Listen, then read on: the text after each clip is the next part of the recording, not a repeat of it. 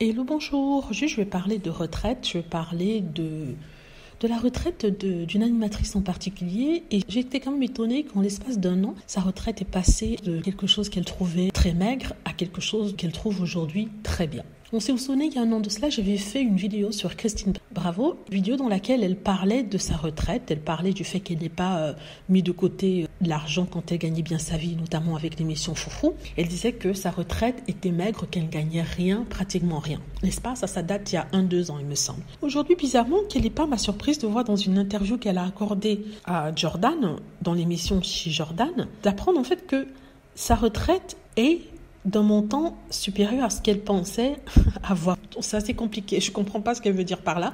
Voilà ce qu'elle dit. Donc je peux vous dire, je viens de regarder et je trouve ça très bien. Je dois être à 3100 € par mois.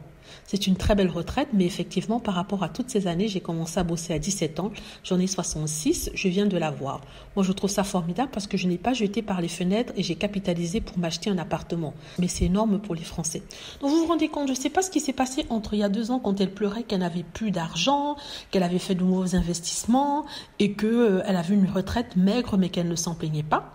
À aujourd'hui où on apprend qu'elle a un appartement, qu'elle a réussi à mettre de côté et que voilà, elle est très contente de sa retraite. Sincèrement, je ne sais pas ce qui s'est passé entre les deux années.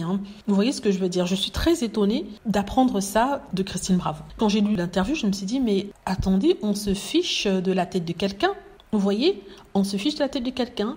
Il y a 2 ans, elle nous disait qu'elle n'avait presque rien, qu'elle aurait une retraite de merde, comme on dit, qu'elle avait tout dépensé, qu'elle n'avait pas forcément gardé, elle avait fait de mauvais investissements. Et aujourd'hui, on a un changement de discours. Sincèrement, comme quoi il faut faire très attention à ce que les célébrités disent, parce qu'un jour c'est ceci, un autre jour c'est cela. Donc je voulais juste marquer cela, marquer ma surprise surtout, par rapport à cette interview-là et les chiffres qu'elle nous avance. En même temps, vous me direz que ça ne me regarde pas, mais vu qu'elle a donné une interview publique par rapport à ses revenus, je pense que j'ai quand même le droit de faire un commentaire. Voilà, dites-moi ce que vous en pensez. J'espère que vous aimez la vidéo. N'hésitez pas à cliquer sur like si c'est le cas, à vous abonner pour plus de vidéos et à cliquer sur la petite cloche afin d'être averti lorsque je poste une nouvelle vidéo. Merci.